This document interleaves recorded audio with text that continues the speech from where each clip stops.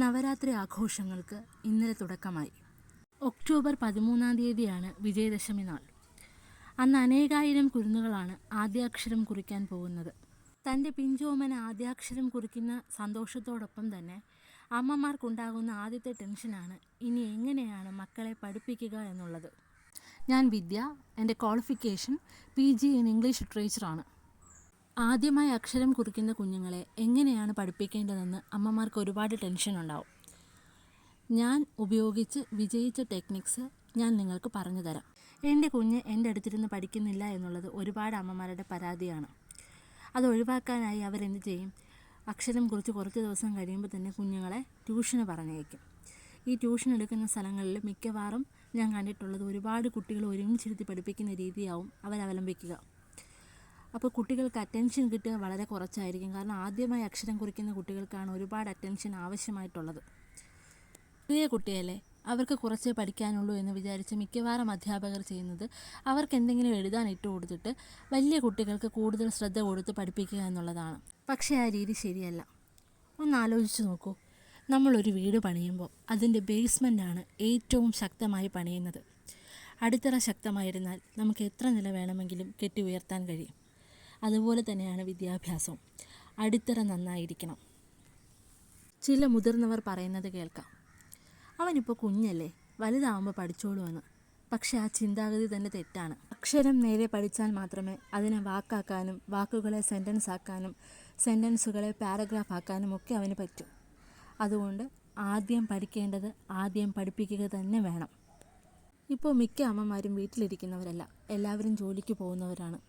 അവർ ചിന്തിക്കുന്നുണ്ടാകും, എങ്ങനെയാണ് ഈ ജോലിക്ക് പോയിട്ട് വന്നിട്ട് ക്ഷീണിച്ചിരിക്കുമ്പോൾ മക്കളെ പഠിപ്പിക്കുക എന്ന്. അതിനുള്ള എളുപ്പ വഴികളാണ് ഞാൻ നിങ്ങൾക്ക് പറഞ്ഞു തരുന്നത്. നമ്മൾ പറഞ്ഞു കേട്ടിട്ടില്ലേ, നമ്മുടെ വീടാണ് ആദ്യ വിദ്യാലയമെന്നും അമ്മയും അച്ഛനുമാണ് കുട്ടികളുടെ ആദ്യ ഗുരുക്കന്മാരെന്നും. അവൻ അതുവരെ കണ്ടിട്ടും കേട്ടിട്ടുമില്ലാത്ത ഒരാളുടെ അടുത്തേക്കായിരിക്കും അവനെ പഠിക്കാൻ വിടുന്നത്. ആ അപരിചിതനോട് അവനുണ്ടാകുന്ന ഭയം, ആ ഭയം കാരണം അവൻ പഠിച്ചോളുമെന്നാണ് മിക്കവാറും പാരൻസ് വിചാരിക്കുന്നത്. പക്ഷേ ആ ചിന്ത തന്നെ തെറ്റാണ്. അവനുണ്ടാകുന്ന ഭയം അതവൻ്റെ പഠനത്തെയും ബാധിക്കും. നിങ്ങളുടെ കുഞ്ഞ് വളർച്ചയുടെ അടുത്ത ഘട്ടത്തിലേക്ക് എത്തിപ്പെടുകയാണ്. ആ സാഹചര്യത്തിൽ അവൻ ഏറ്റവും കംഫർട്ടായിട്ടുള്ളൊരു സിറ്റുവേഷൻ ഒരുക്കി കൊടുക്കാൻ നിങ്ങൾക്ക് മാത്രമേ പറ്റൂ. അവൻ്റെ പാരൻസായ നിങ്ങൾക്ക് മാത്രം.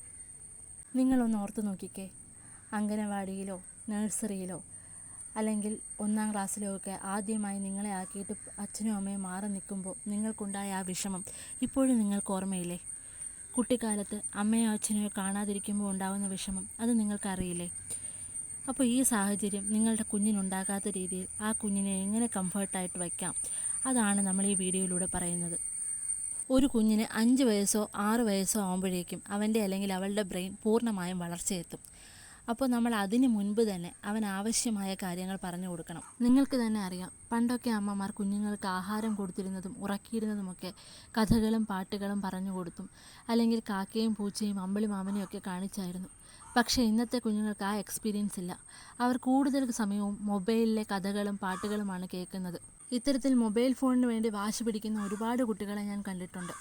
ഗെയിം കളിക്കാൻ വേണ്ടിയും അല്ലെങ്കിൽ അതിലെ പാട്ടുകൾ കേൾക്കാൻ വേണ്ടിയും അവർ അതിനു വേണ്ടി വാശി പിടിച്ച് കരയുമ്പോൾ കുഞ്ഞിനെ കരയിപ്പിക്കണ്ടല്ലോ എന്ന് വിചാരിച്ച് അമ്മയോ അച്ഛനോ ഒക്കെ അവർക്ക് ഫോൺ വെച്ച് കൊടുക്കും.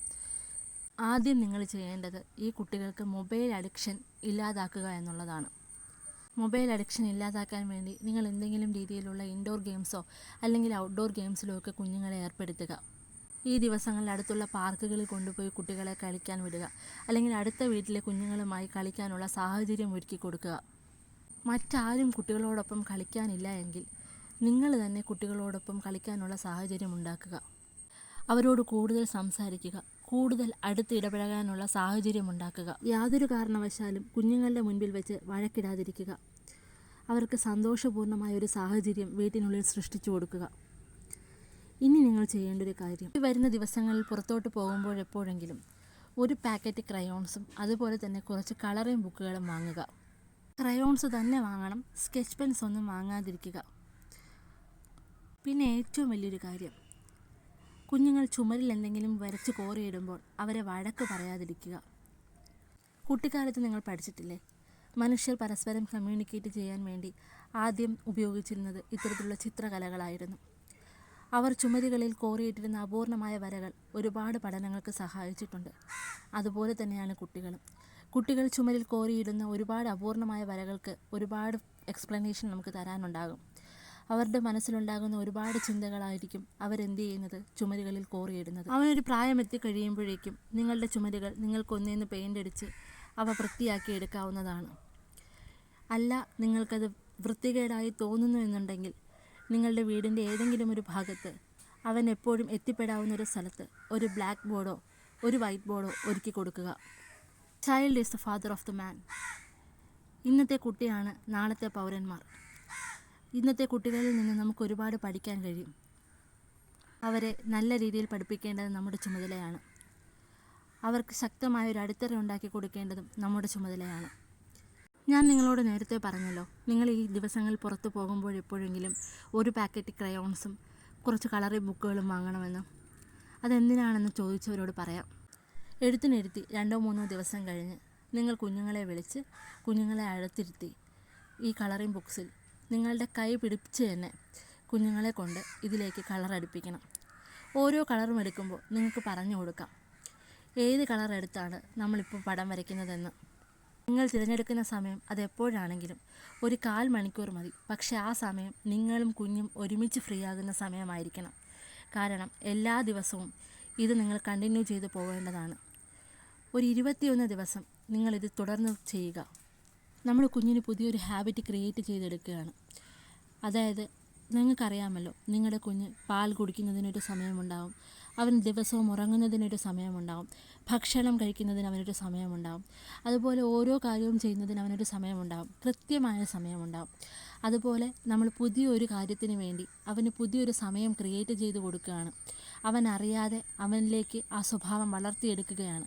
അതുകൊണ്ടാണ് 21 ദിവസം കണ്ടിന്യൂസ് ആയി സമയവ്യത്യാസമില്ലാതെ കൃത്യസമയത്ത് തന്നെ കുഞ്ഞുങ്ങളെ വിളിച്ചിരുത്തി നിങ്ങൾ ഈ കളറിംഗ് ബുക്സിൽ നിങ്ങളുടെ കൈ പിടിച്ച് തന്നെ കളർ അടുപ്പിച്ച് കൊടുക്കണമെന്ന് പറയുന്നത്. പിന്നീട് അതവൻ്റെ ഹാബിറ്റായിട്ട് മാറും. 21 ദിവസം കഴിയുമ്പോഴേക്കും അവൻ നിങ്ങളെ ഇങ്ങോട്ട് വന്ന് വിളിക്കും, അമ്മേ അല്ലെങ്കിൽ അച്ഛ വരൂ നമുക്ക് കളറടിക്കാമെന്ന് പറഞ്ഞ്. പതുക്കെ പതുക്കെ നിങ്ങൾക്കതിൻ്റെ സമയം കൂട്ടിക്കൊടുക്കാം. 1/4 മണിക്കൂർ എന്നുള്ളത് അരമണിക്കൂറാക്കി മാറ്റാം. ഓരോ തവണ അവൻ കളറടിക്കുമ്പോഴേക്കും കൈയടിച്ചും ഉമ്മ കൊടുത്തും കൊഞ്ചിച്ചുമൊക്കെ അവനെ പ്രോത്സാഹിപ്പിക്കാം.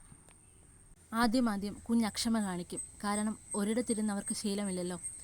1 മിനിറ്റ് പോലും അടങ്ങിയിരിക്കാത്ത കുഞ്ഞുങ്ങളുണ്ടാകും. അപ്പോൾ നിങ്ങളാണ് ക്ഷമ കാണിക്കേണ്ടത്.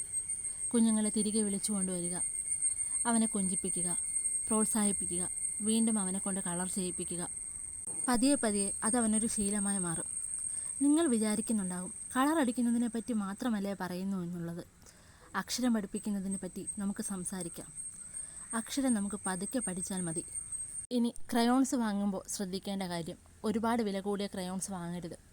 നിങ്ങൾ ശ്രദ്ധിച്ചിട്ടുണ്ടാകും, കുട്ടികൾ ആദ്യമായി എഴുതി തുടങ്ങുമ്പോൾ അവർ ഒരുപാട് ബലം കൊടുത്താണ് എഴുതുന്നത്. അതുകൊണ്ട് തന്നെ ക്രയോൺസ് വേഗം ഒടിഞ്ഞു പോകാനുള്ള സാധ്യതയുണ്ട്. കുഞ്ഞു വിരലുകൾ ഒരുപാട് മൃദുലമാണ്. അതുപോലെ തന്നെയാണ് വിരലുകളുടെ മസിലുകളും. വിരലുകളുടെ മസിലുകൾ സ്ട്രോങ് ആകുന്നതിന് വേണ്ടിയാണ് ക്രയോൺസ് ഉപയോഗിച്ച് തന്നെ കളർ ചെയ്യിപ്പിക്കാൻ പറയുന്നത്.